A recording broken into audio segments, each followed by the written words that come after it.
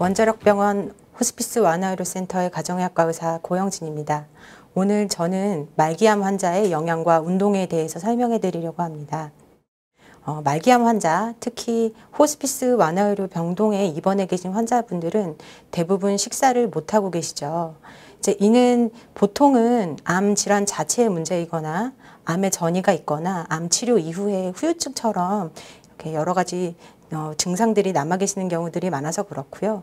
그 외에도 식욕부진이나 악액질, 소화기능 장애가 동반되는 경우가 많아서 식사를 못하게 되는 경우가 많습니다.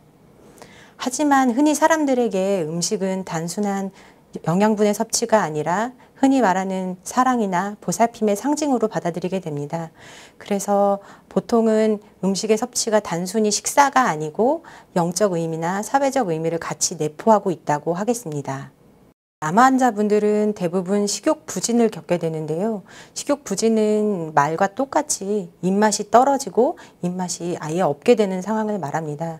이는 아까 설명드렸듯이 보통 암 자체에 문제가 있거나 아니면 치료 후에 구역질, 오심, 구토가 생기거나 변비로 인해서 생기는 경우들이 대부분인데요. 그 외에도 약의 부작용이라든지 우울감이 있을 경우, 암이 종양 내에, 장관 내에 이제 암이 생기거나 그로 인해서 협착이 생길 경우, 혹은 구강 내에 상처가 있을 경우나 삼킴 장애가 동반되어 있을 경우에도 식욕부진이 올 수가 있습니다. 대부분의 암 환자들이 식욕부진을 겪게 되고 특히 말기암, 그 중에서도 호스피스 완화의료센터에 입원하신 분들은 대부분 식욕이 없는 상태를 경험하게 됩니다. 또한 진행성 암 환자에서는 악액질이 나타나게 됩니다. 악액질이라는 것은 특징적으로 근육과 지방이 손실하게 되는 소모성 징후를 말하게 됩니다. 일부 암에서는 진단 당시에 체중이 감소하는 경우가 있는데요. 대표적으로는 일부 폐암과 췌장암, 상부 위장관암이 그 대표적인 예가 되겠습니다. 반면에 진단 당시에는 체중이 감소하지 않다가 임종기에 다가섰을 때 체중이 감소하는 암들이 있습니다. 유방암, 대장암, 그리고 림프종이 그 대표적인 예가 되겠습니다. 암종에 따라 차이는 있겠지만 임종기가 될 경우에는 많은 환자분들이 악액질을 겪게 됩니다. 암 환자분들은 보통은 음식 배출 시간이 길어지기 때문에 포만감을 쉽게 느끼게 됩니다. 또한 흡수 장애가 동반되기 때문에 수분이나 음식물을 이용한 영양분의 섭취가 떨어지게 됩니다. 이로 인해서 결국에는 식후 불편감이 금방 오게 되고 숨찬 느낌도 식사하면서 느끼게 되는 경우들이 종종 있습니다. 영양을 보충하는 방법은 크게 두 가지로 나눌 수 있습니다.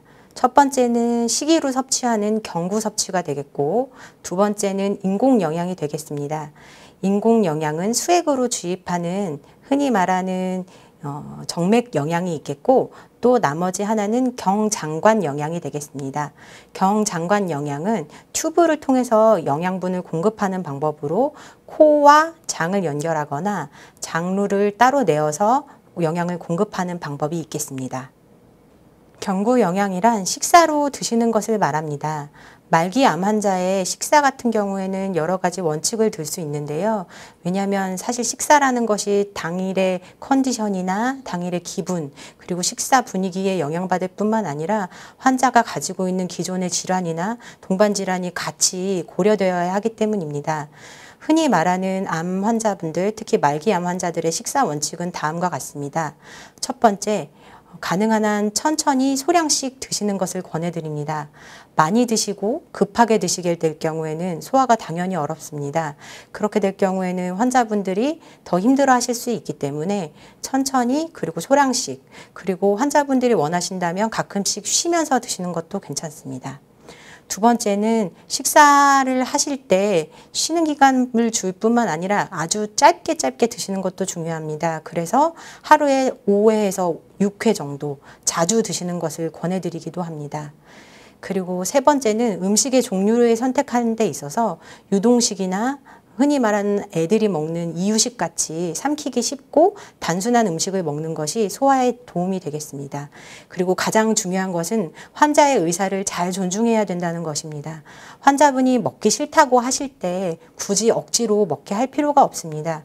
보통은 통증이 있거나 구역질이 있거나 구토가 있기 때문에 환자분들이 덜 드시고 싶다고 얘기하는 거기 때문에 환자의 말씀에 귀를 기울이시고 식사를 하는 것이 좋을 것 같습니다. 경구 섭취가 가능한 경우에는 영양가가 있는 스낵이나 유제품을 이용한 스낵이 좋습니다.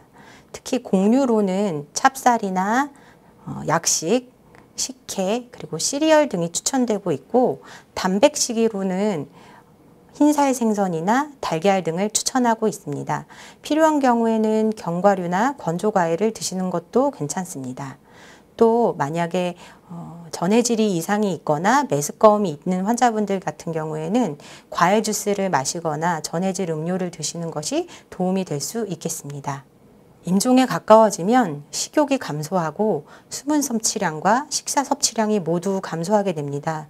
이럴 경우 보호자분들이나 환자분들 모두 이러다가 굶어 죽는 건 아닌지, 의사가 환자를 포기하는 것은 아닌지에 대한 걱정이 들게 될 경우가 많습니다.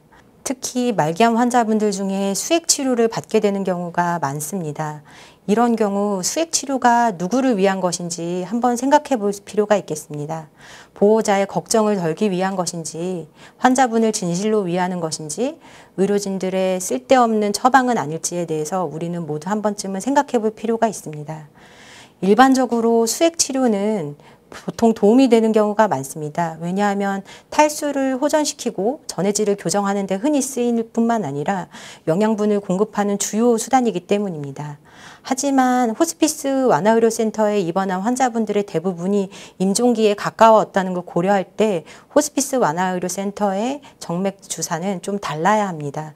왜냐하면 호흡곤란이 수액 주사량이 많을수록 더 많이 늘어난다는 보고들도 있었고, 특히 이러한 것들이 임종기에 다다를수록 더 심하다는 연구들이 많이 있었습니다.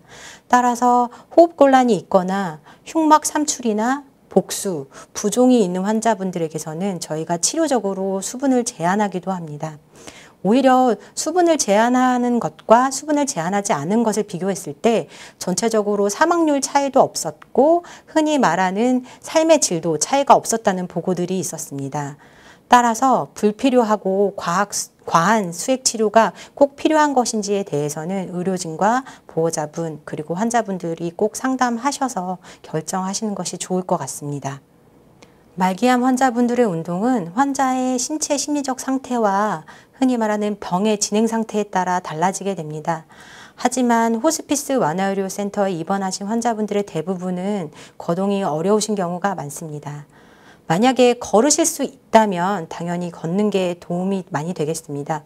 특히 관절 구축을 예방하고 근육량이 유지되고 이로 인해서 변비나 호흡기 증상, 소화불량 등이 호전될 수 있기 때문에 걸으실 수 있다면 걷는 것을 추천드립니다.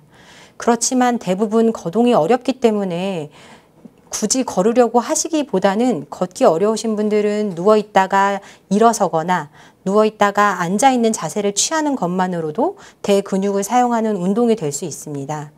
침상에 누워 계시는 경우에는 욕창 예방을 위한 체위 변경이 가장 중요합니다. 또한 관절 구축을 예방하기 위해서 관절 운동을 시키거나 마사지를 받는 것이 큰 도움이 될 수 있습니다.